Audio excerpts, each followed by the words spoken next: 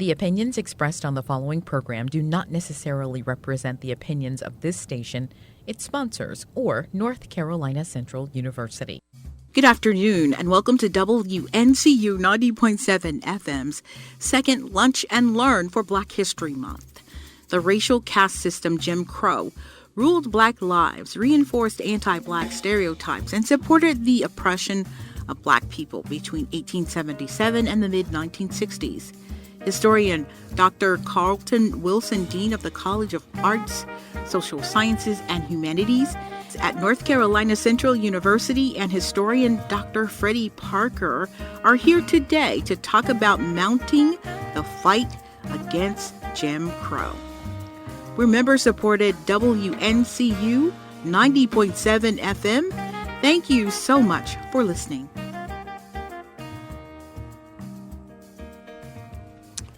Hello and good afternoon. I'm Carlton Wilson, Associate Professor of History and Dean of the College of Arts, Social Sciences, and Humanities at North Carolina Central University. Welcome to the second of 4 Lunch and Learn programs for Black History Month here on WNCU 90.7 FM.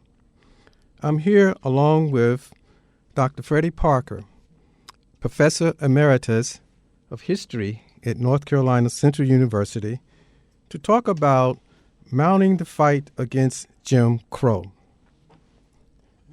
I'd like to welcome all of you to this afternoon's discussion. This afternoon, we will center our discussion primarily around 3 themes. The first theme, the presence of Jim Crow in America, to discuss the beginnings and the continuation of Jim Crow from the late 1880s all the way up to the present, with giving consideration to Jim Crow 2.0. A second theme, the role of the courts in the United States Constitution in the fight against Jim Crow, and some would note occasionally in maintaining Jim Crow here in the South and in other regions of the United States.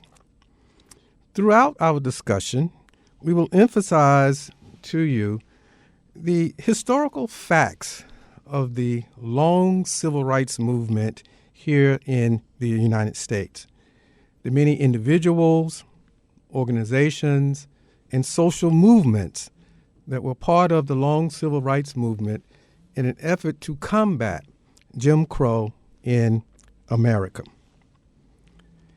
In thinking about Jim Crow, it's important to understand what does the term or phrase actually mean. Jim Crow is primarily the development and implementation of institutionalized, legalized racial segregation in America. A segregation that is based upon race that was inherently unequal as well as dehumanizing in many, many different ways, both legally and socially. Jim Crow, sometimes my students remind me, it's a rather odd term. What are actually the origins of the term or the phrase? Well, in the 1820s and 1830s, there was a white playwright and performer by the name of Thomas Dartmouth Rice. And occasionally, when he performed, he was a very popular performer in the area, in the minstrel shows, where whites oftentimes blackened their face to depict black characters, usually in some type of demeaning fashion. Well, as part of his performances, he occasionally sang a song. And within this song, there was a very interesting phrase or lyrics that went something like this, quote, "Wheel about and turn about and do just so. Every time I wheel about, I jump Jim Crow." So this lyric or phrase tended to stereotype blacks as this type of dumb-witted individuals who were subservient, who often bowed to whites in every aspect of their interaction with white America. So this became to symbolize the notion of Jim Crow, a legalized system of segregation here in the United States. If we consider coming out of the American Civil War that ended in 1865 into the era of Reconstruction, some of the important aspects of what was happening primarily here in the South. Practically all of a sudden, you have 4 million newly freed black folk in the South. These blacks had benefited from the passage of what we sometimes refer to as the Civil War amendments. The 13th Amendment that granted emancipation. The 14th Amendment that granted citizenship.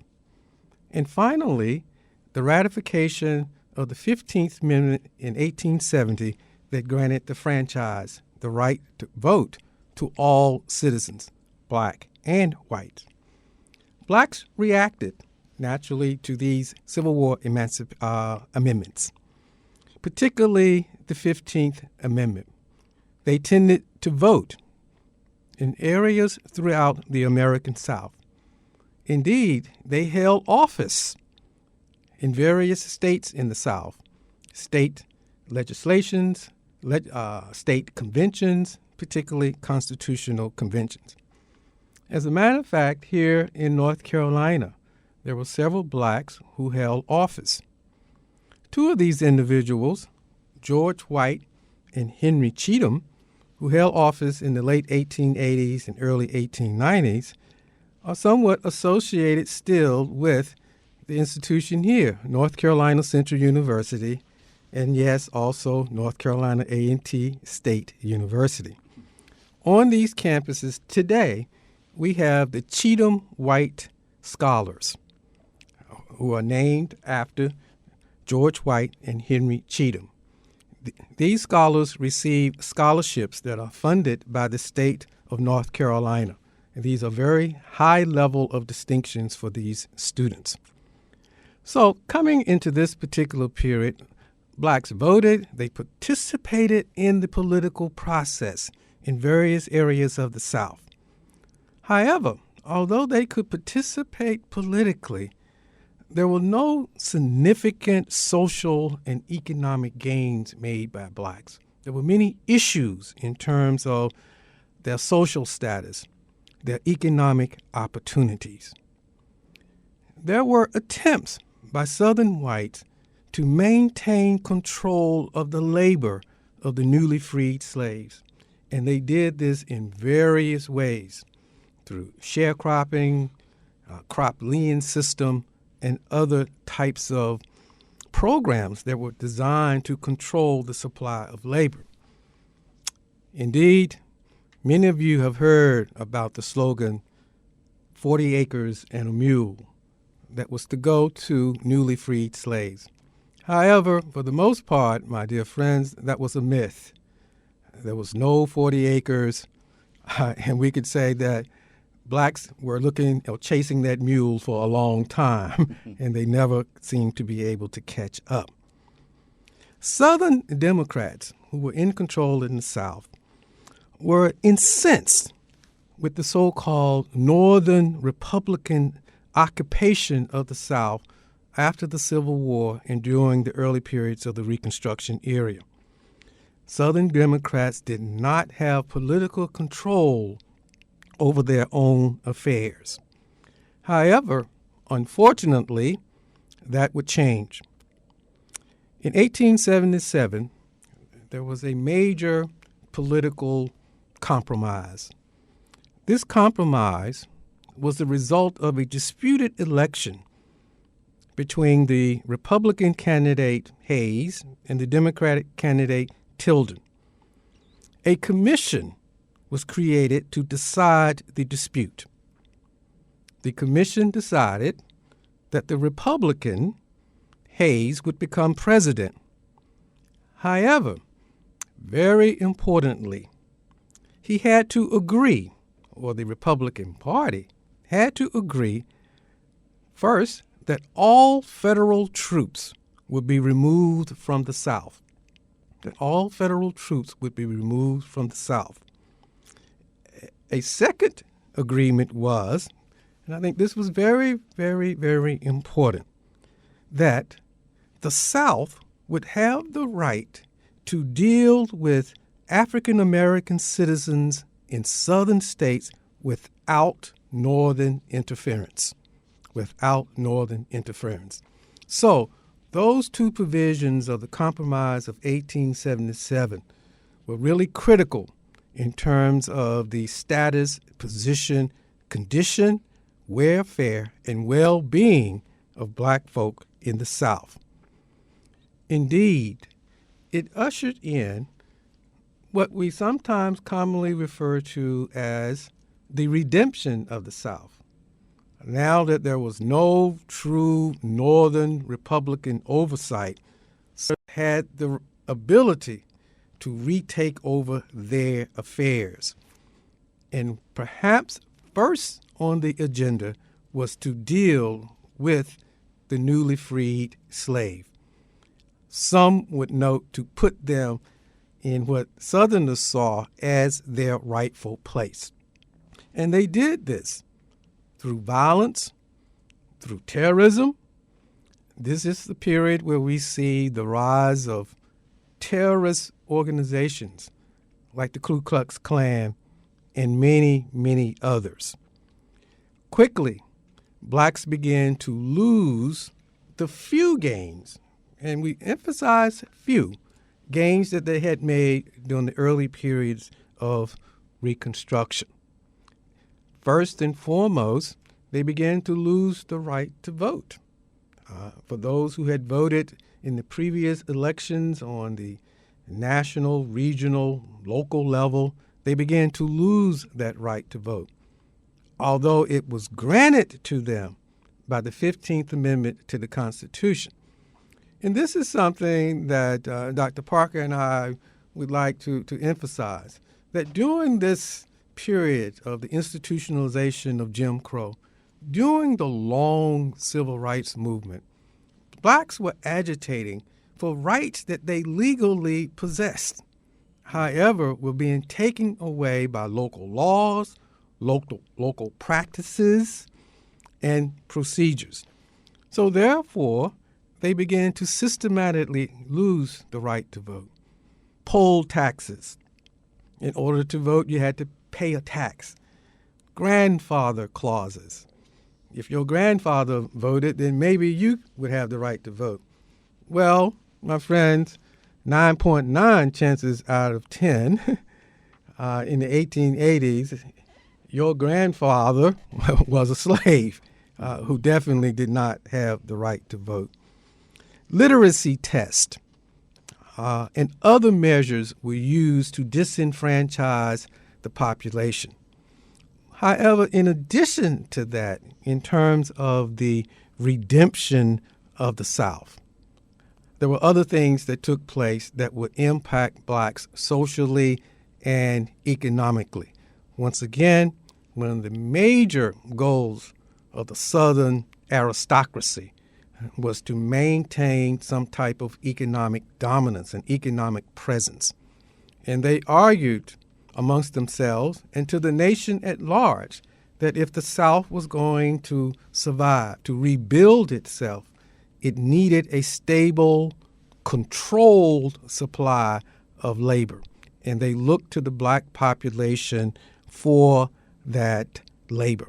So, thus, the beginnings of a institution that we refer to as Jim Crow that would be furthered by other types of actions, both legal and illegal, as we undertake this journey in the 1880s and into the 20th century.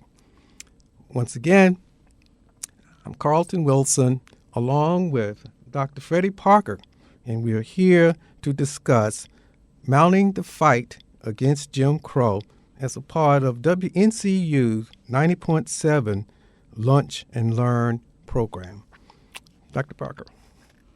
Thank you, and good afternoon to everyone. Dr. Wilson has laid the ground work here for an understanding of what happened after 1865 with regard to black folks.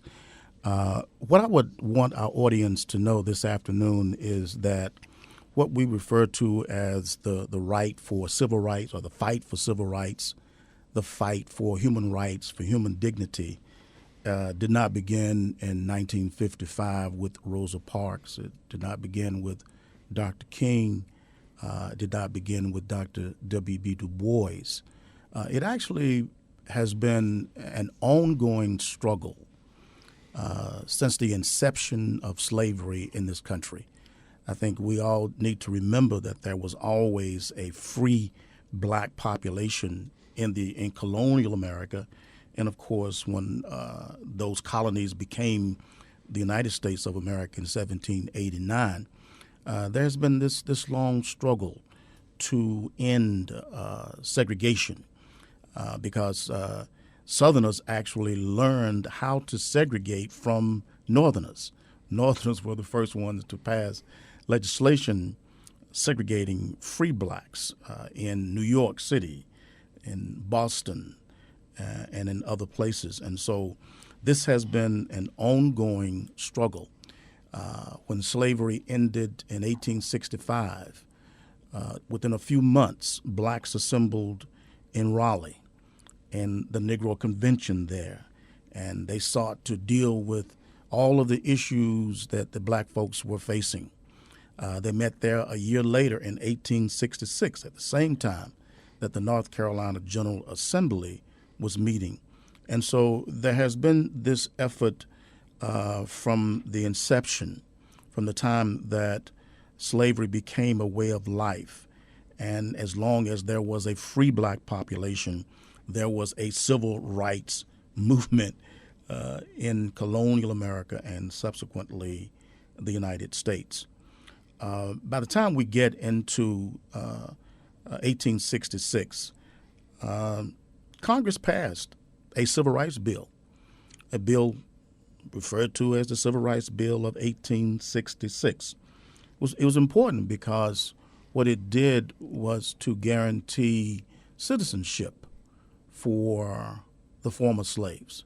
In addition to that, it sought to overturn the black codes that had been passed back in 1865 by most of the former Confederate states.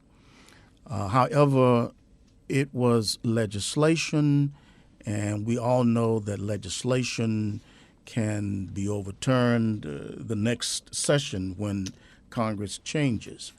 And so it became necessary to pass an amendment. And so the 14th Amendment did, in essence, what the Civil Rights Bill of 1866 did. It was introduced in July of 1866 and became a part of the Constitution in 1868. So Dr. Wilson mentioned 13th Amendment, 14th Amendment, 15th Amendment, and what we see happen with all of those amendments is an effort by the United States Supreme Court to overturn those measures. I mentioned that the struggle to end to fight for human rights, the fight for civil rights, was one that began very early. Let me give you a few examples of organizations that were established not long after slavery to deal with the many problems that the former slaves faced. For example, the Afro-American League was founded in 1890 by T.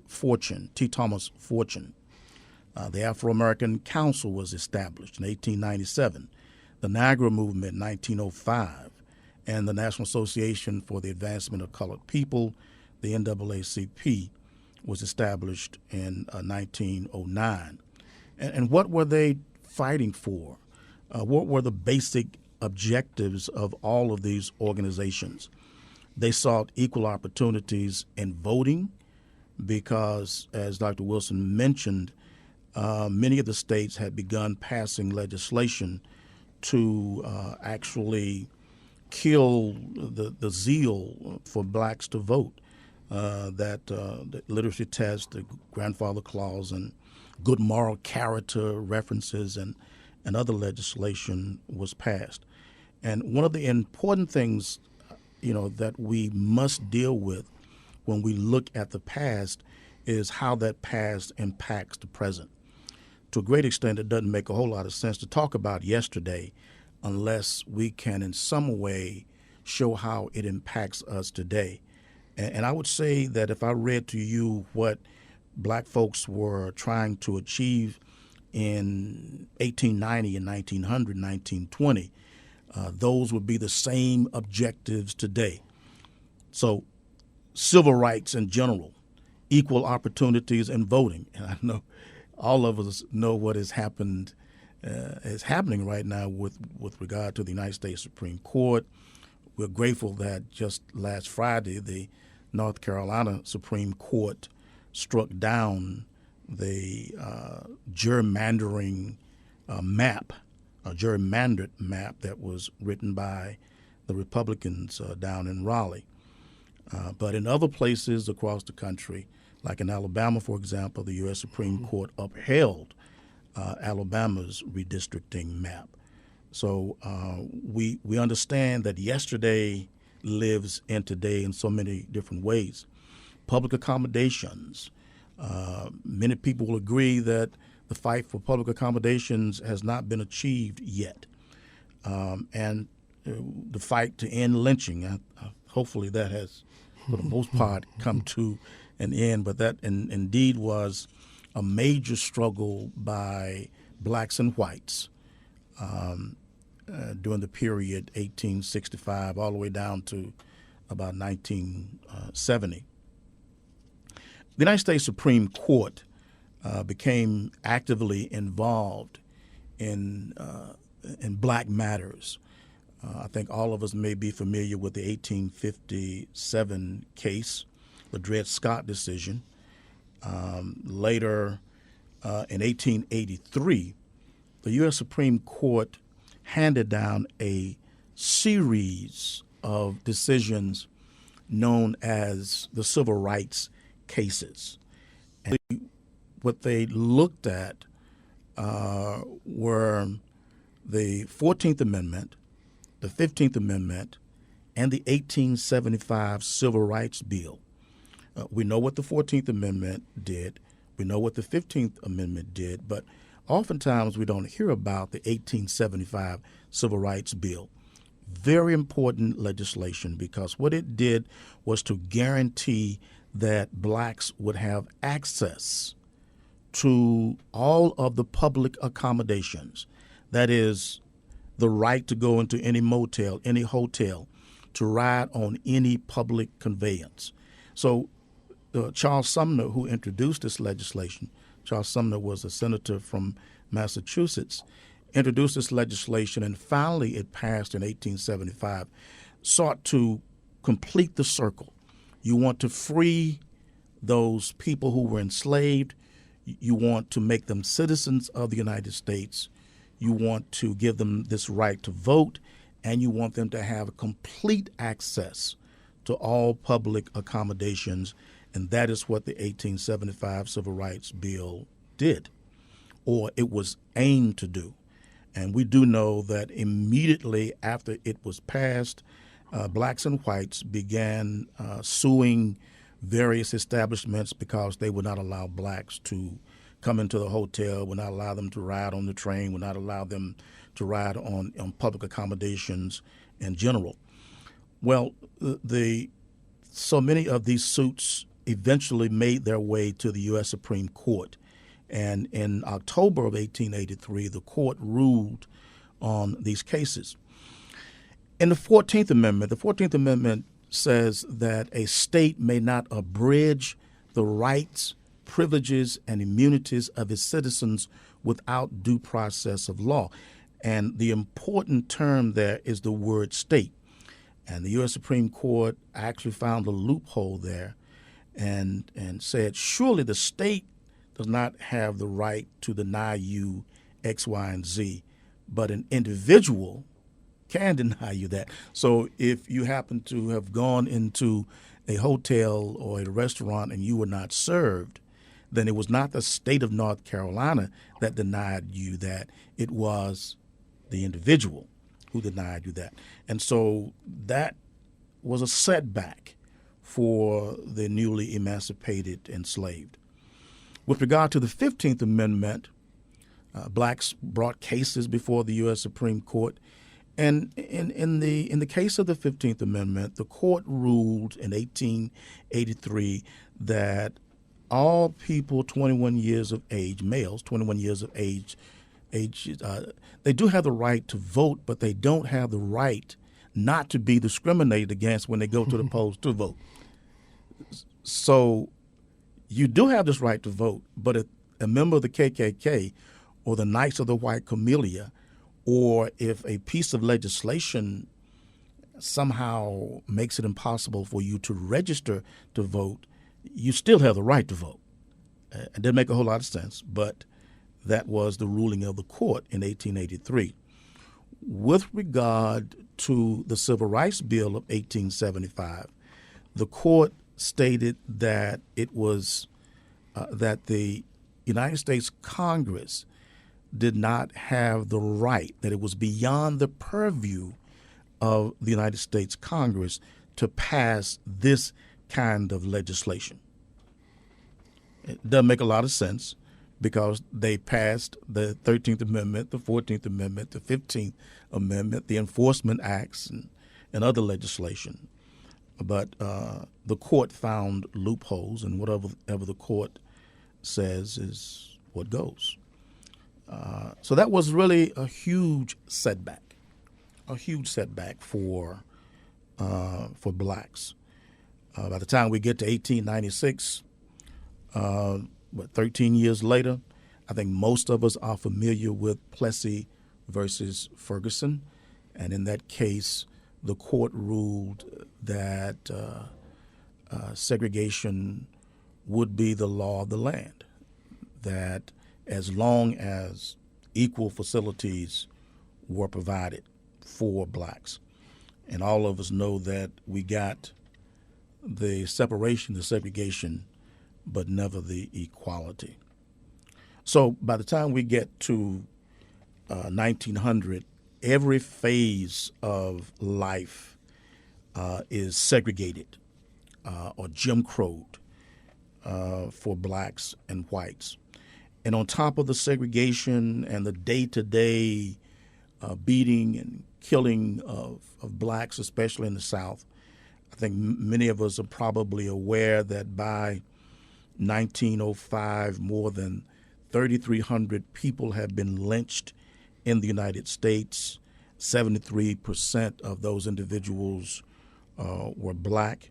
By the time we get to 1968, nearly 5,000 people have been lynched in the United States. Of course, most of them were black.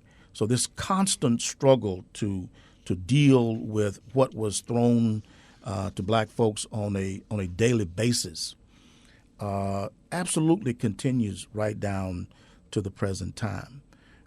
By the 1920s and 1930s, organizations like the NAACP and the National Urban League, and eventually, as we'll talk about later, when we get to the 1930s, when we come to North Carolina, a number of organizations were established to deal with the fact that blacks were continued, or that they had continued to be discriminated against in so many ways. And the epitome of that was segregation. And so we'll deal with the 1930s shortly. Once again, I'm Carlton Wilson, along with Dr. Freddy Parker, and we're talking about mounting the fight against Jim Crow on this special Lunch and Learn show here on WNCU 90.7 FM. We'll be back after a short break. Hello, I'm Carlton Wilson, along with Freddy Parker. This is the second of 4 Lunch and Learn programs for Black History Month here on WNCU 90.7 FM. Before we went to the break, we were discussing a period in American history that the historian Rayford Logan referred to as the nadir, the lowest point. And as Dr. Parker noted, as we move into the late 1890s, the U.S. Supreme Court of Plessy versus Ferguson, sometimes it symbolizes this notion of the lowest point. Plessy versus Ferguson really cemented here in the South and beyond this notion that blacks and whites could be separate as long as the facilities or the situations are equal. However, the realities are that separate but equal facilities cannot really exist in terms of that. And as we move towards the 20th century with this type of legalized Jim Crow in play, it really created difficult situations for African Americans in the South and beyond. When we just look at the state of North Carolina, we all are familiar with what happened in Wilmington at the turn of the century with the Wilmington race riot. Dr. Parker also mentioned that as we move into the 20th century, the so-called modern era, that black folk were still being lynched throughout the South and also in other areas. Over 3,000 blacks were lynched up into and through that particular period in all areas of the South and also in North Carolina. Because in many ways, when we think about Jim Crow and we think about the long civil rights movement, North Carolina was clearly a microcosm of what was happening throughout the South and through other parts of the United States in combating Jim Crow and also in the political arena in terms of politicians in the state who tended to favor this notion of separate but equal. So, Dr. Parker, perhaps we can talk somewhat about exactly what went on in North Carolina and what were some of the watershed moments in the fight against Jim Crow that we see taking place in North Carolina during the first quarter of the 20th century to the mid-20th century. Yeah, I think it's important to look at the fact that George H. White, you mentioned him earlier, is actually the last United States House of Representatives member. He served 2 terms between 1897 and 1901. And he left Congress in 1901, and he did say, like the phoenix, we will rise again. But that phoenix did not rise until 1928. So there was not one black person in the House of Representatives in Washington between 1901 and 1928. In 1928, Oscar Dupree of Ohio was elected to Congress. But that gives you an idea about the extent to which Jim Crow is working. It's working effectively, politically, economically, and socially. You mentioned the Wilmington race riot. Also, black folks are being lynched right here in North Carolina. As a matter of fact, between 1865 and 1950, approximately 145 blacks were lynched that we know about. Just in a 15, 16-year period between 1885 and 1901, 86 blacks were lynched in North Carolina. 86 during that brief 15 to 16-year period. But when you mention all of that, you also have to mention the fact that there was organizational and institutional formation by blacks. Here in North Carolina, right here in Durham, North Carolina, economically, for example, we look at the rise of people, of institutions like the NC Mutual Life Insurance Company, the Mechanics and Farmers Bank, and I think a lot of people following the ideas of Booker T. Washington believe that we can never make it politically and socially, so we're going to have to do for ourselves. And so what happens in Black America in the 90s is the emergence of this black self-help movement. And by 1901, there are 20,000 black businesses in the United States. By 1914, there are 40,000. So blacks have reasoned that we can't make it politically, but we can establish our own institutions. This would be the period when you had the emergence of fraternal organizations. This is a period when you had the emergence of fraternities and sororities on college campuses. Blacks understanding that they cannot join the white one, so they created their own. The Black Medical Association, the Black Nurses Association. In North Carolina in 1880, you have the Black Teachers Association. So, you look at the doom and gloom, but you also have to look at the formation. You have to look at the fact of the resilience of black people during this time in the face of this mounting racism that produced books like The Klansman by Thomas Dixon and The Negro, a Beast, The Negro, a menace to Western civilization. So it was clear that surely by 1910 what white America felt about black folks. And black people began moving from the South to the North. Between 1915 and 1917, approximately 500,000 black people moved from the South to the North, and much of that was caused by World War I. But by the time we get into the 1920s, these organizations like the NAACP have really begun to come into their own. And the NAACP probably became famous nationally when it sought to defeat the nomination of Judge John J. Parker of North Carolina. Parker was a judge in North Carolina, a racist judge. He actually spewed out these, anti-black views. And so he was actually nominated by President Herbert Hoover to serve on the United States Supreme Court to fill a seat there. And the NAACP waged a campaign to defeat him. And they actually sent letters, and they put flyers up. And letters were sent to people all across the country, to all of the senators, that they should not vote for Judge Johnson. And the Senate failed to confirm his nomination in a 41-39 vote. I mean, this was important. So Walter White, who was executive director of the NAACP, of course, declared that the defeat was a major victory for the NAACP, and funds started coming in, and without a doubt, the NAACP grew as a result.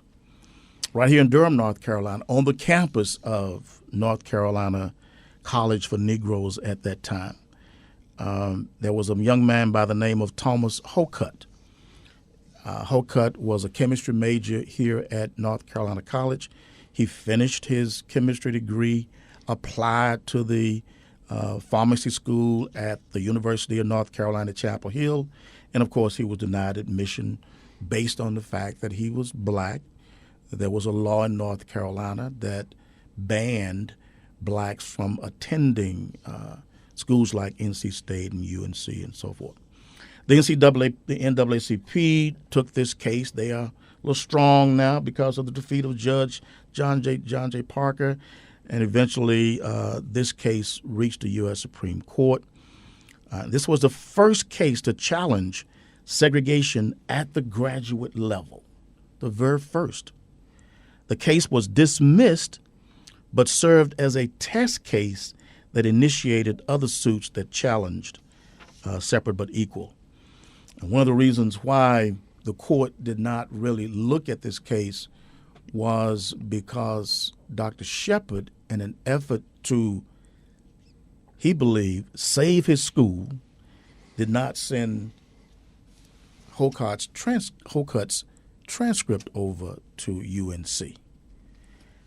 Dr. Shepard understood that if Hokut were accepted at UNC Chapel Hill, that represented the beginning of the end of NCC.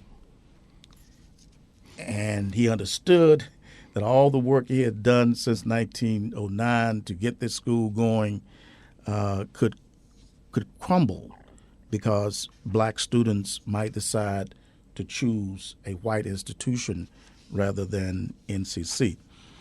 So like Shepard was a very happy man as a result of the Hokut case.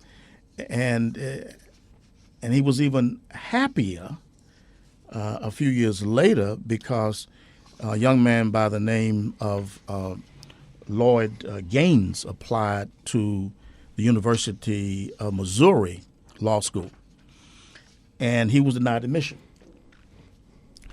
And he filed suit, and this led to a decision by the United States Supreme Court in 1938, which in essence said it partially reversed Plessy versus Ferguson. In essence, what it said was that we're not going to allow Mr. Gaines to attend the University of Missouri Law School. But because he cannot attend that school, the state of Missouri must construct a law school for blacks. James E. Shepard and North Carolina College for Negroes and A&T and Howard and black schools across the country benefited from that decision because as a result of that decision, we have our graduate program, we have our law school. We celebrated in 2014 across this campus the 75th anniversary of our graduate programs. I'm Carlton Wilson, along with Dr. Freddy Parker, and we're talking about mounting the fight against Jim Crow on this special Lunch and Learn show here on WNCU 90.7 FM. So, Dr. Parker, as we move into the 1950s and early 1960s, of course, we have the Brown decision of 1954 that's widely heralded as the Supreme Court decision that really impacted separate but equal here in the United States. Also in the 1950s, there were additional laws passed, or at least debated, that played a major role in the attack on Jim Crow. And much of this will culminate with the passage of the Voting Rights Act in 1965. And so, therefore, if we look at this long confrontation from the 80s up to 1965 and regaining the right to vote, very briefly, can you comment on some of the intense activity that took place in the early 60s that really impacted the passage of the Voting Rights Act of 1965 and what the passage of that act meant at that particular time in the context of the long civil rights movement? Yeah. Very briefly. Yeah, I think that, let me, first of all, I would really be remiss if I did not mention the Durham Manifesto. Okay. That was actually drafted on the campus of North Carolina College for Negroes in 1942. Dr. Shepard, along with Gordon B. Hancock and Charlotte Hawkins Brown and C.C. Spalding and about 50 other people met here in October of 1942 for several weeks, and they hashed out what the most immediate and what would be the problems in the black community for the next few years. And they decided that we needed to draw up this manifesto, and they fought they looked at political and civil rights, they looked at labor, and they're going beyond some of the conventional civil rights issues. They looked at service occupations, They looked at education, agricultural, what was going on in the armed forces, the fact that at this time the armed forces was segregated, social welfare and health. And so they're looking at so many of the issues that are affecting black people. And in December of 1942, they drew up this manifesto in which they sought to challenge white America to do X, Y, and Z to ensure that black people they fought police brutality. You know, as early as the 1940s, you have black folks across the country saying we need to end police brutality. And so the struggle for so many of those issues we're still fighting today. Mm-hmm. By the time we get to the 1950s, right here in Durham again, we know about the Royal Ice Cream Parlor effort. Students, people in the community staged a sit-in that predated the 1960 Woolworths sit-ins. We know about what happened with regard to efforts at UNC Chapel Hill, the struggle there to desegregate UNC. First of all, it happened in their law school, and eventually into the graduate programs. But by the time we get to 1960, and there is this the Brown versus Board of Education, of course, had already been rendered.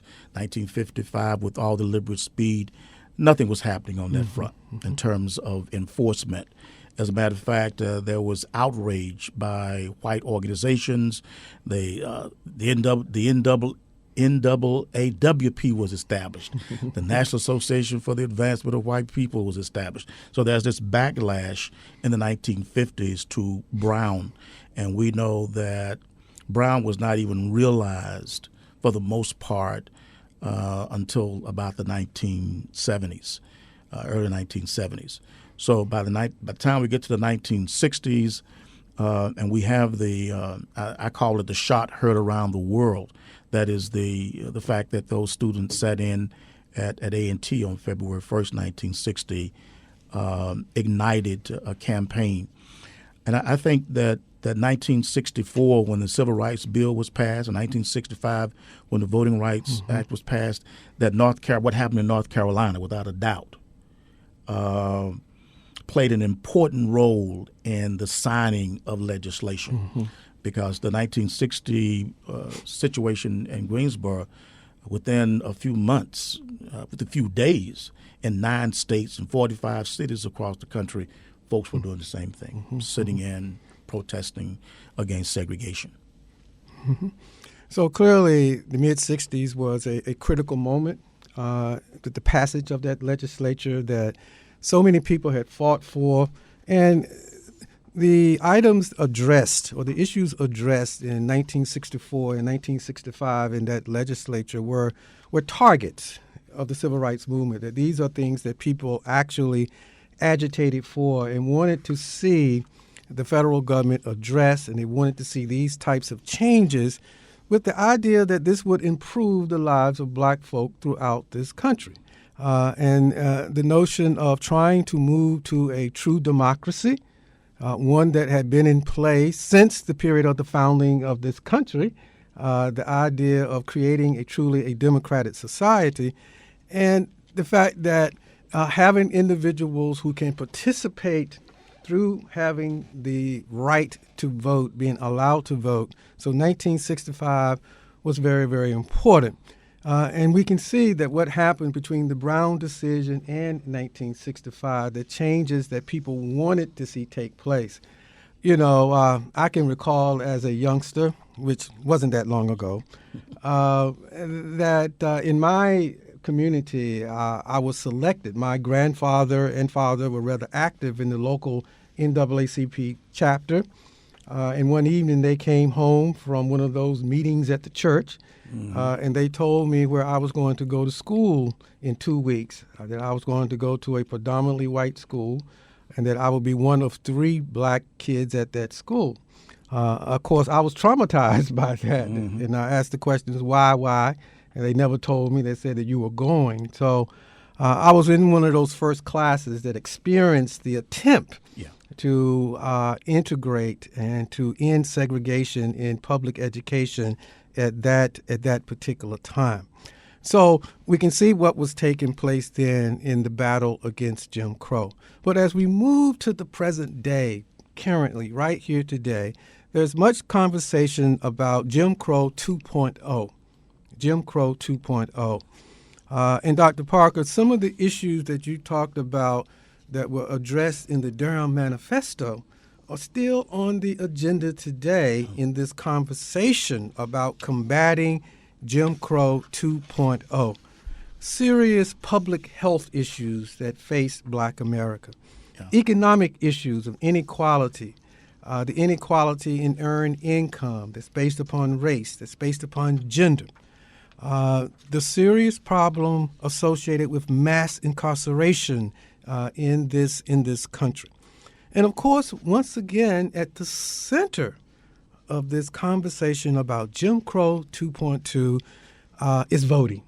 Once again. So this shows the continuum that we have from the late 19th century to the present, that voting, something that was allowed by the 15th Amendment to the Constitution, is still, those rights are still being denied, that we're still agitating for full voting rights. We all know that the 2020 presidential election, the results unleashed a severe backlash or attack on democracy in America. A severe attack on democracy in America. The notion of America being a true democracy will always be questioned if you do not have voting equality. Exactly. Everyone must have the right to cast a vote if they so choose. So last year, in 2021, there were at least 4 dozen restrictive voting laws passed in this country. For example, in Georgia, a law was passed that criminalized the handing out of water to voters standing in line. In Texas, laws addressing the behavior in the polling places. So these types of restrictive laws are in play in our local communities throughout the country. And finally, the inability of the United States Congress to debate, let alone pass the Freedom to Vote Act or the John Lewis Voting Rights Advancement Act, speaks to this continuing attack on one of the basic civil liberties of American citizens. 52 senators allowed to filibuster to block these acts, despite a majority of voters across this nation who support this legislation. Okay? Failure to reform the filibuster procedures allowed the Republican minority to prevent a final vote. So it speaks to years ago, in 1957, I believe, when Senator Strong Thurmond filibustered against the passage of the 1957 Civil Rights Act. So the Freedom to Vote Act would have solidified comprehensive voter protection and would have delivered a severe blow to Jim Crow 2.0. But the filibuster killed it. So a filibuster was used to thwart democracy in this country. So this is an issue that we all must face today. What comes to mind very quickly was comments by a writer for the New York Times, a columnist for the New York Times, a few months ago, when he noted that in 1903, John Williams of Mississippi called the 15th Amendment one of the greatest crimes in political history. Okay? The columnist Charles Blow also stated that the former president, Donald Trump, called the 2020 election one of the greatest frauds in the history of the country. So the question is, why is this? And the answer that many come up with, including the columnist Charles Blow, it is because both were made possible by black folk. by black folk. So the former president, perhaps a part of ushering in this notion of Jim Crow 2.0.